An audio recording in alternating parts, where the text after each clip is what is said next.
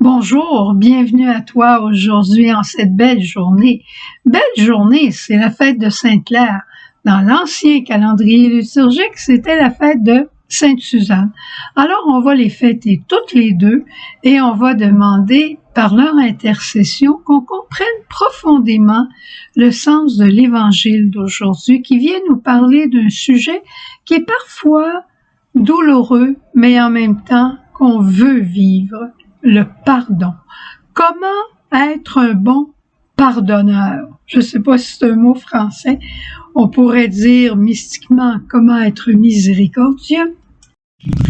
L'Évangile aujourd'hui se situe au chapitre 18 de Saint Matthieu, où on dit que c'est le discours ecclésiastique. Jésus va donner 7 éléments importants, essentiels pour la vie communautaire. Il va nous parler de l'importance de l'humilité, qui est le plus grand. On a vu ça il y a quelques jours. Le respect des petits.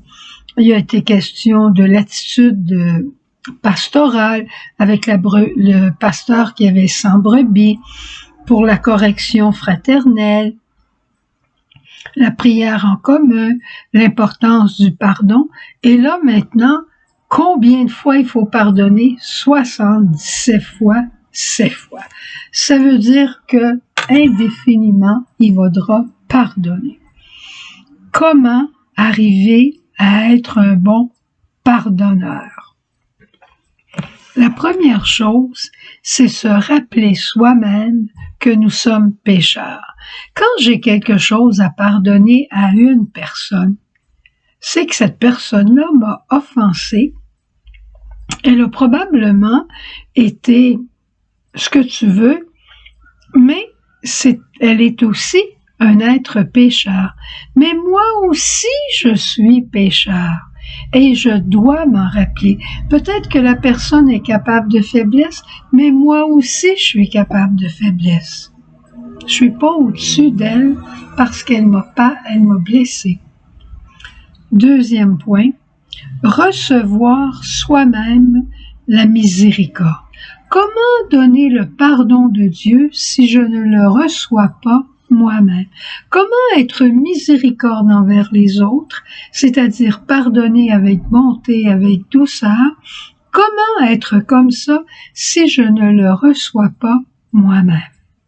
Le recevoir et réaliser le privilège que j'ai que d'être pardonné par Dieu.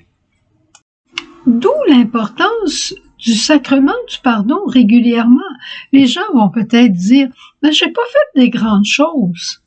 C'est vrai, mais as-tu des pardons à donner? As-tu des gestes pour lesquels tu voudrais demander au Seigneur de te pardonner pour qu'à ton tour, toi aussi, tu puisses pardonner aux autres? Tu sais, peut-être que j'exagère, mais bâtir une relation dans la confiance, ça prend du temps, mais ça se démolit très rapidement. On voit des villes présentement qui ont pris des années à être construites en Ukraine.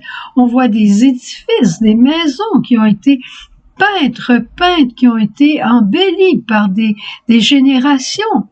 Une bombe arrive, paf, tout vient de sauter. On voit des mariages de 20 ans, 30 ans, 40 ans qui viennent de sauter par une infidélité. Mais souvent, il y a de la rancœur en dessous de cette bombe. De la rancœur qui s'est accumulée. Moi, je pense que une journée de rancœur gardée peut détruire 1 an de relations qui ont été construites. Ce qui veut dire que quand tu te rends compte que tu as un pardon à accorder, ne tarde pas. Ne garde pas cette rancœur en toi. Je te dis pas de parler sur le coup de l'émotion tout de suite, ou des fois tu as envie de casser le nez de l'autre. Prends le temps de recevoir de Dieu sa miséricorde, sa paix, son amour pour l'autre, pour que quand tu vas lui parler, que ce soit pour bâtir la communion et non pas pour te soulager toi-même. Mais après, n'entretiens pas cette rancœur parce que tout l'édifice de relation, de communion entre les deux personnes va se détruire rapidement. Le 4e point pour être un bon pardonneur, c'est de poser un geste concret. un geste concret. Des fois, c'est d'écrire un mot. Des fois, mon père, il apportait une fleur à un moment où il apportait une boîte de chocolat et c'était pas sa fête. On comprenait pas, nous autres, ce qui se passait. Ou maman faisait de la tarte aux pommes avec de la crème glacée pour papa. On comprenait pas ce qui se passait, mais aujourd'hui, je pense qu'il y avait des réconciliations qui se faisaient dans des petits gestes concrets comme ça. Alors, je résume. Rappelle-toi que tu es pécheur, reçois toi-même la miséricorde de Dieu au sacrement du pardon, n'entretiens pas la rancœur et dépêche-toi de pardonner, et quatrièmement, pose un geste concret. Et finalement, j'ajouterais de manière plus spirituelle, aie plus souci de la communion entre vous que de toi personnellement. Aie plus souci de l'autre que de toi personnellement. Ça, c'est l'attitude de Jésus. Donc, si tu le fais, c'est parce que tu veux ressembler à Jésus. Tu veux laisser Jésus vivre sa charité en toi et par toi. Jésus va dire, je plais à mon Père. Je fais toujours ce qui plaît à mon Père. Eh bien, si tu le fais, toi aussi, tu vas plaire à Dieu Père. Et plus encore, tu vas laisser l'Esprit Saint libre en toi de bâtir entre toi et cette autre personne des relations de communion. Tu es habité par l'Esprit Saint, tu es habité par Dieu Père, par Jésus, tu es habité par la Trinité, et cette Trinité est une Trinité de miséricorde, de communion.